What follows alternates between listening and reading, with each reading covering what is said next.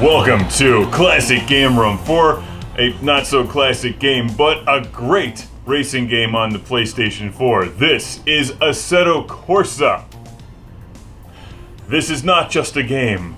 This is real sim racing. Real sim racing. That's a contradiction in terms. Also, how real can it be? They forgot to put the El Camino and AMC Eagle in this game. Originally released in 2014 or so for the PC, this is the PlayStation 4 release of Assetto Corsa, which conveniently fits in the Atari 2600 travel case, because otherwise I would just slam this game without mercy.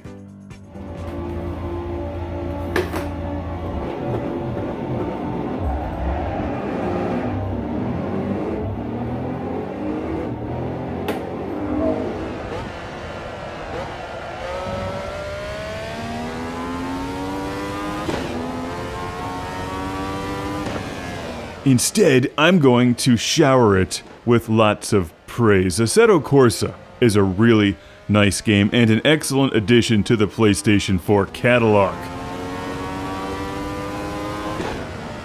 Because most of the driving games that we get on game systems these days are big-budget arcade-style racing sims like Gran Turismo, Forza, Project Cars, or Drive Club. I'm in first place, lap 4.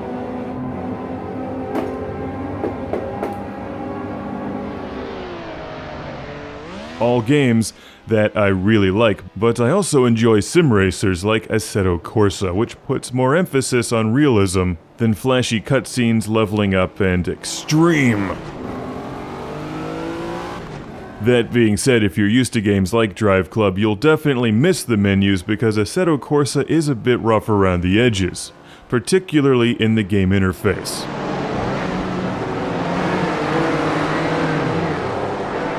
So you think it looks nice. Maybe you're on the fence about Assetto Corsa. Let me tell you two important things though to consider before investing in this game. 1. You'll probably want a racing wheel and a seat. This isn't the kind of game that plays real well with the controller. We're not playing Need for Speed or Grand Theft Auto here. Since the game's emphasis is on realism, you'll want the most realistic way to play it possible, so seriously consider a wheel and seat. Also, if you're used to games like Gran Turismo, give it some time. There's a sizable learning curve here. It'll take you a while to figure out Assetto Corsa's limits if you're not used to this kind of game. If you've played games like iRacing, for example, you'll know exactly what to expect, but if you haven't, turn on all of the assists. Make it as easy as possible and just get used to the feel of the game.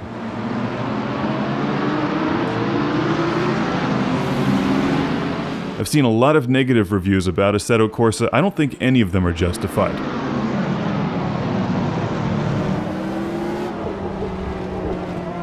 Like I said in some of my Laps of Awesome videos, it doesn't make a great first impression because I think those of us into PlayStation 4 games and Xbox One and stuff are used to games like Forza Horizon 3, which have monstrous budgets, right?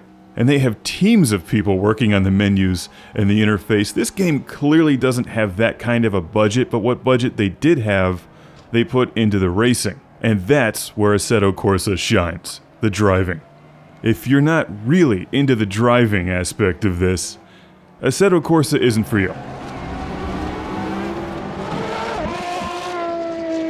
Like most of these games, it gives you a nice variety of camera perspectives and view options, but playing it with a controller is nearly impossible in my opinion. A wheel is the way to go. I'm using the Thrustmaster T300 RS, which is a wheel that I believe they recommend, and this is one of the best games to play with the wheel. It gives incredible force feedback. The feel of the road is amazing, and you can really get a sense for each of the cars that you're driving. It's such a great combination, and the Thrustmaster has damn near broken my wrist a couple times. Which doesn't sound like a good thing, but it is.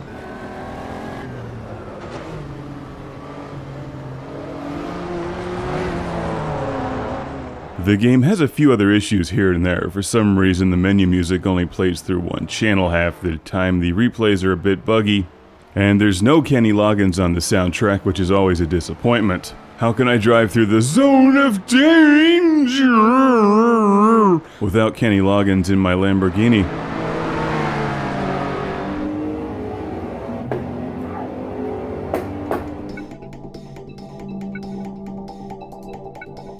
There's a nice variety of cars in the game, and they all feel really different. You've got everything from your standard cars that you might drive in real life all the way up to GT and those open-wheel cars. In addition to that, Assetto Corsa also gives you a great selection of tracks, including some of my favorites like Spa, Monza, Mugello, and a couple others I've never driven on before.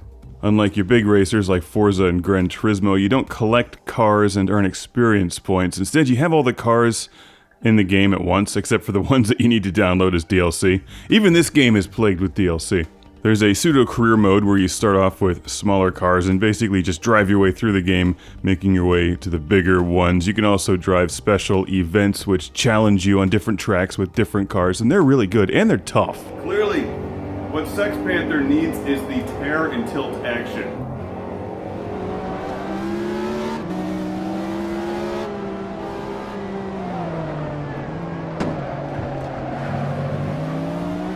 This game doesn't make it easy for you. I mean, you can set the settings all the way too easy in the races, and they're easy enough to win, but to get even bronze medals in many of those challenges will require some repeat gameplay and some actual skill. This has online multiplayer, which I did not get a chance to try out, but I've heard that that's this game's strength on PC at least.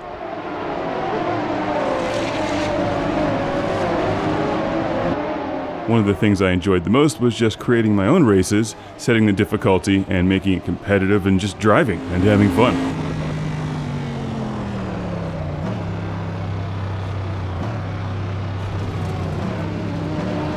I think the sounds are great, the visuals are really nice, but this game's best feature, what Assetto Corsa is good at, is the driving. I don't imagine it's easy for a sim racer to break into the console market, especially when this game is best enjoyed with a wheel attached to a racing seat. But if you've been enjoying driving games and you love some of these other series that I've talked about, try this one as well. It's got some additional challenge that will make it a really special game in your collection.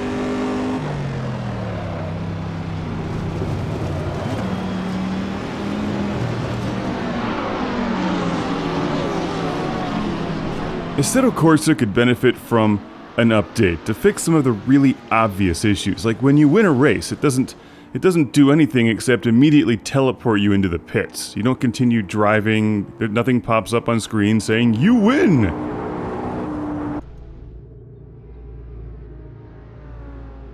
You see, look, Assetto Corsa developers, if you're going to appeal to the mainstream with this great game, you've got to take this negative and make it a positive. Let me show you how that's done.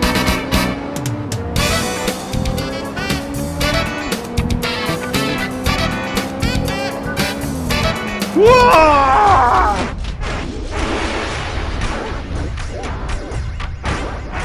This review has been brought to you by Lord Carnage and the best of Classic Game Room. Buy your games and accessories through ClassicGameRoom.com. Welcome to the club. It's the Lord Carnage Club, where I thank these backers on Patreon by shouting their name in a volcano from within the zone of danger. Jeff Breyer. Jeff Breyer. Derek Langley. Derek Langley. Michael and Ariana Nelson. Michael and Ariana Nelson. Michael Fernandez. Those not named Michael Fernandez aren't Michael Fernandez. Steven Chucknick. Steven Chucknick. Al Stiver. Al Stiver. Rick DeBarros. Rick DeBarros. Jason Goy. Jason Goy. Sergio Matthias Hergert. Chip Sync Bale. Chip Sync Bale. Busy Signal. Still busy. Sean Zoltek. Sean Zoltek. Philip Straubenmuller. Phil does the dance of safety in the zone of danger. Jack Stavros. Ohad Kane.